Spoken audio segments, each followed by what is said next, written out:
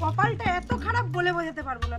আর কিছুক্ষণ আগে মানে ঘন্টা 3-4 আগে যদি এখানে আসতাম তাহলে একটা বিশাল আকার হাতি দেখতে পেতাম, কিন্তু হাতি দেখতে পাইনি। হাতির এতটা পটি দেখতে পেয়েছি। দেখো শুধু পটি করেনি, পটির সঙ্গে এত টয়লেট করেছে পুরো জায়গাটা ভাসিয়ে দিয়েছে। খুব বাগমুন্ডিতে কাঠ বিক্রি নিয়ে যেতাম, আর সাথে নিয়ে যেতাম, সেনাবোনা নিয়ে যেতাম, তারপরে ওইখান থেকে বাজার করে চাল ডাল নিয়ে আসতাম। আচ্ছা, এনে ছেলেপুলেকে খাওয়াইতাম। যে বুড়া বুড়গা ছিল আমাদের থেকে তারা যেতই না বাইরে, এখন বাইরেও চলে যাচ্ছে, এখানেও কাজ করছে, এখন অভাবটুকু নাই পাহাড়ে। নমস্কার বন্ধুরা, পুরুলিয়া ভ্রমণের প্রথম পর্বে আমরা তোমাদের সঙ্গে বেশ কিছু তথ্য শেয়ার করেছিলাম, যেমন কিভাবে যাবে, কোথায় থাকবে আর কি কি ঘুরে দেখবে। আর যারা প্রথম পর্বের ভিডিওটা মিস করে গেছো তাদের জন্য লিংক কিন্তু ডেসক্রিপশন বক্সে দিয়ে দিলাম, অবশ্যই প্রথম পর্বের ভিডিওটা দেখে নিও, আশা করছি ভালোই লাগবে। আজ আমরা পুরুলিয়াকে জানবো আরও কাছ থেকে, কথা বলে নেব লোকাল আদিবাসী জনজীবনের সঙ্গে, আর তার সঙ্গে দেখে নেব পুরুলিয়ার আরও বেশ কিছু সাইট সিন।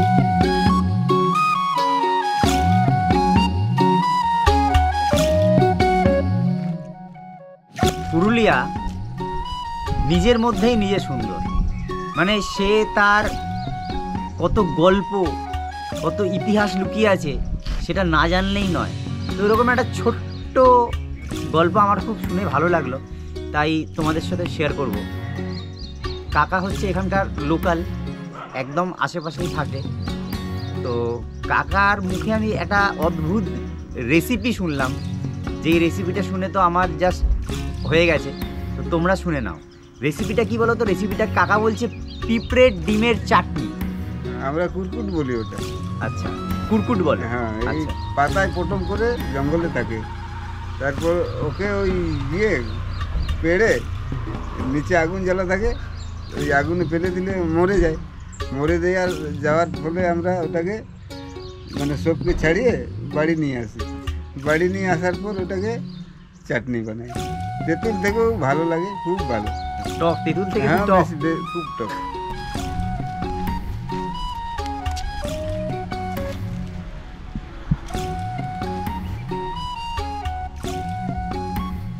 ব্রেকফাস্ট হাজির। আমরা এখান থেকে ব্রেকফাস্ট করে নিয়ে বেরিয়ে পড়বো আরও কিছু সাইট সিন আছে সেগুলোর উদ্দেশ্যে। আমি আমার নজরে পুরুলিয়াকে যেভাবে দেখেছি, এক কথায় আমি বলতে পারি আমি কিন্তু পুরুলিয়ার প্রেমে পড়ে গেছি। ছোট ছোট পাহাড়ের মাঝখানে এরকম লেক, ড্যাম, জাস্ট অসাধারণ। আর এই মুহূর্তে আমরা কিন্তু রওনা দিয়েছি চড়িদা ভিলেজের উদ্দেশ্যে। চড়িদা ভিলেজে ঢোকা মাত্রই তোমাদের চোখে পড়বে 102 বছর পুরনো এই রাধাকৃষ্ণের মন্দিরটি। অবশ্যই কিন্তু এটা একটু ঘুরে দেখে নিও, তা না হলে কিন্তু অনেক বড় মিস হবে।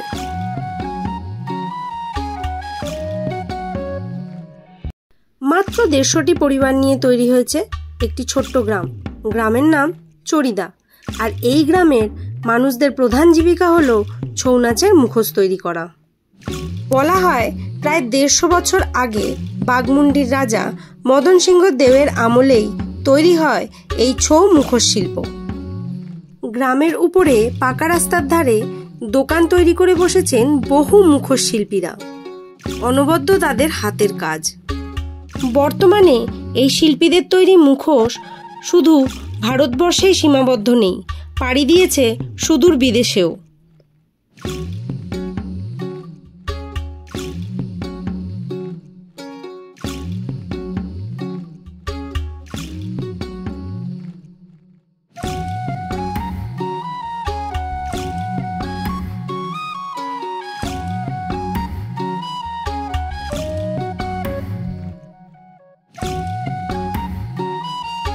এক দাদার কাছে আমরা এসেছি।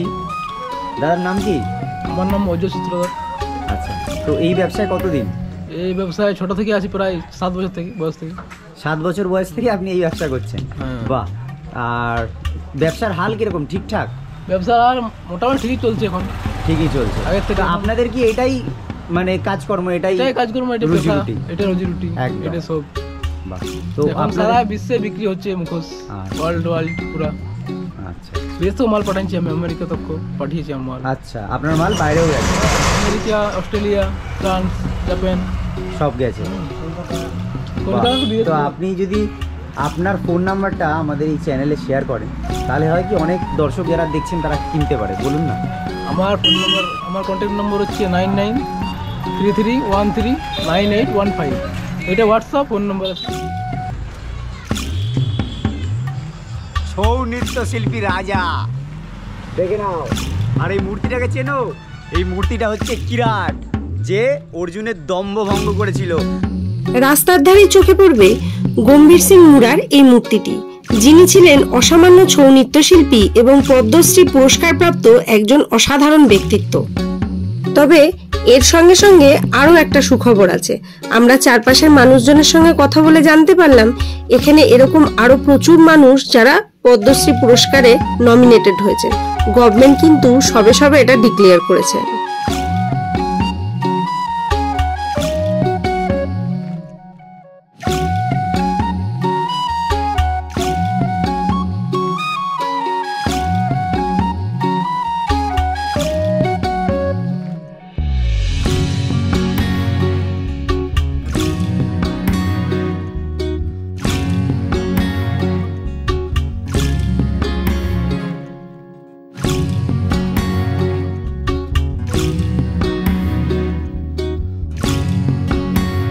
চরিদা ভিলেজ দেখে নেওয়ার পর গাড়ি আবার রওনা দিল।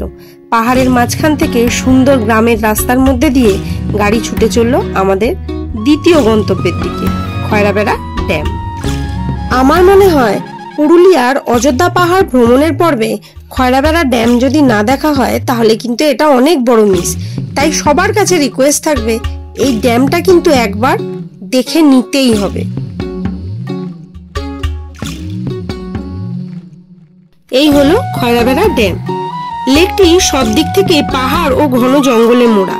যারা পাখি ভালোবাসো তাদের জন্য একেবারে আদর্শ এই জায়গাটি। যারা ট্রেকিং ভালোবাসো তাদের জন্য আরো একটা গুড নিউজ আছে। এই জায়গা থেকে 3টে ট্রেক রুট বেরিয়ে যাচ্ছে, যথাক্রমে 3, 5 এবং 7 কিলোমিটারের ডিস্টেন্সে। রাস্তার দুধারের প্রাকৃতিক সৌন্দর্য এবং পাহাড়ের নীরবতা উপভোগ করতে করতে আমরা এগিয়ে চললাম আমাদের পরবর্তী আকর্ষণ মরগুমা ড্যামের দিকে। অযোধ্যা হিলটপ থেকে মরগুমা ড্যামের দূরত্ব প্রায় 20 কিলোমিটার, যা গাড়িতে অতিক্রম করতে সময় লাগে 1 ঘন্টার মতো। গাছ থেকে কুল পেড়ে খাওয়ার মজাটাই আলাদা। সেই ছোটবেলায় ফিরে যাওয়া বারবার। অনেক হয়েছে, আরো কিছুটা নেব। পুরুলিয়া মানে কিন্তু শুধু অযোধ্যা পাহাড় তা নয়, পুরুলিয়া থেকে দেখার প্রচুর জিনিস রয়েছে। যারা প্রকৃতি প্রেমী, যারা একটু নিরিবিলি নির্জনে থাকতে ভালোবাসো, এই জায়গাটা জাস্ট অসাধারণ। গুটি কয়েক হোমস্টে আছে এই এরিয়াটাতে। এই এরিয়াটা হচ্ছে মরগুমা ড্যামের দিকে যেতে পড়ছে। আর রাস্তার দুধারে একটা গাছ হয়ে রয়েছে, যে গাছের মধ্যে ছোট ছোট ছোট ছোট ফুলের মতো লাল লাল ফুল হয়ে রয়েছে। সেটা তোমাদেরকে দেখাবো, তোমরা দেখবে। যদি তোমরা কেউ জানো যে এটাকে কি ফুল গাছ বলে, তাহলে কিন্তু অবশ্যই কমেন্ট সেকশনে জানাবে। কারণ নেচারটা দারুণ লাগছে, পুরো দুদিকে এরকম সবুজের মধ্যে লাল থোকা থোকা ফুল হয়ে রয়েছে।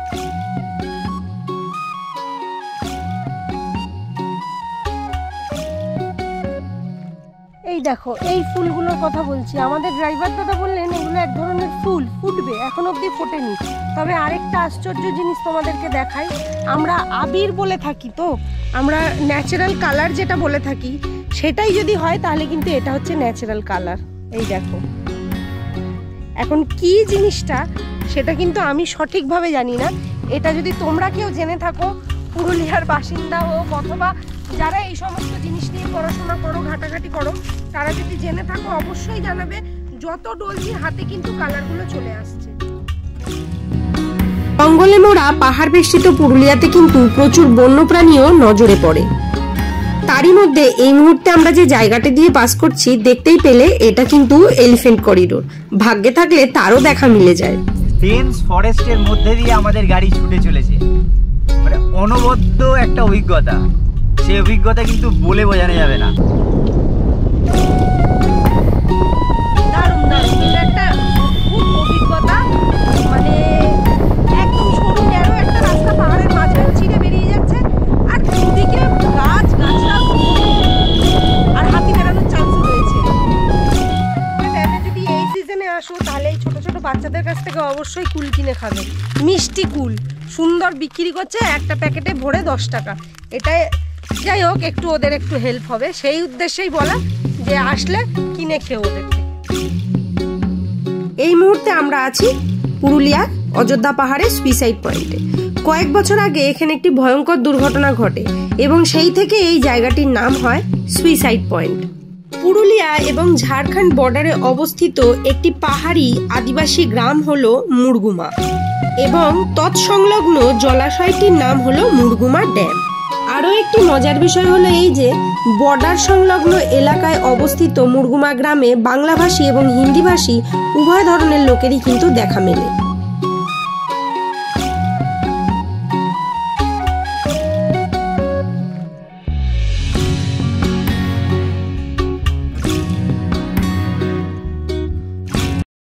এরপর আমরা রওনা দিলাম দেউলঘাটার উদ্দেশ্যে।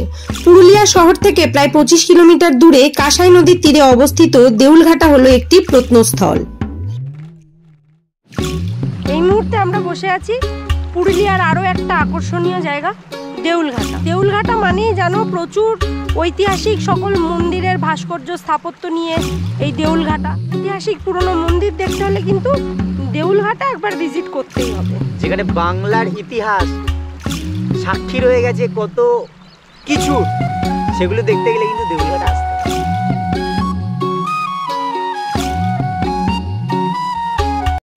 এখানে এসে পৌঁছতেই আমাদের চোখে পড়লো দুটি বহু পুরনো ইটের তৈরি দেউল আর বেশ কিছু ছোট ছোট ঐতিহাসিক প্রস্তরখণ্ড।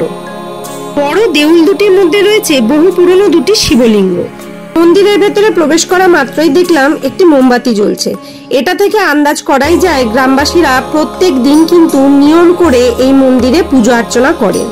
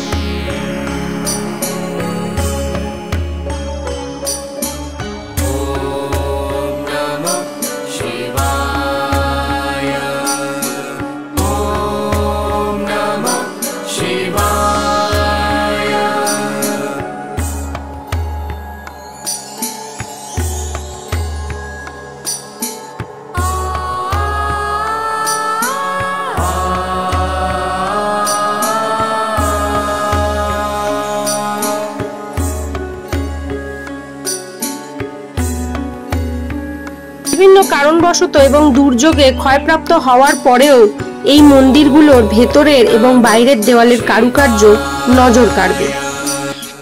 আরেকটি মন্দিরে প্রবেশ করা মাত্রই মন্দিরের ফ্লোরে পড়ে থাকা রক্ত দেখে আমরা আন্দাজ করতে পারি যে হয়তো সেখানে কোনো প্রকার বলি হয়েছিল। তোমাদের যদি এই সংক্রান্ত কোনো কিছু জানা থাকে তাহলে কমেন্ট সেকশনে জানাবে প্লিজ।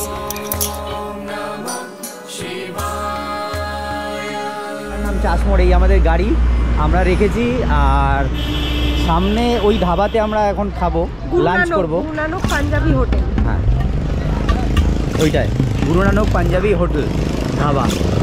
তো আমাদের যে ড্রাইভার দাদা সে বললো এখানে খাও, এটা ভালো হবে, তাই চলো এখানেই আজকে লাঞ্চটা সেরে ফেলা যাক। রুটিটা আটার রুটি, আটার তন্দুরি খেয়ে নিয়েছি অলরেডি আগে, তোমাদের দেখাচ্ছি। আটার রুটি খুব সফট রুটি, রুটিটা খেতে ভালো আর তরকাটাও খেতে ভালো। রোড সাইডে আমরা যেরকম খাবার দাবার খেয়ে থাকি তার থেকে অনেক ফার বেটার খেতে পারি। বুঝতে পারছি, ওই জন্য ভিড়টাও তোমরা দেখতে পাবে, ভিড়টা দেখে বুঝতে পারবে যে খাবারের কোয়ালিটি কেন কীরকম।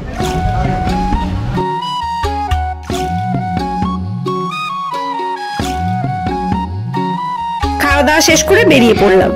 রাস্তায় চোখে পড়লো জয়পুর অঞ্চলের অন্তর্গত রানীবাঁধ নামক এই জলাশয়টি। প্রচুর পরিযায়ী পাখিদের আনাগোনা হয় এই সময়। পুরুলিয়া ভ্রমণের দ্বিতীয় পর্বের ভিডিও আজ এখানেই শেষ করছি।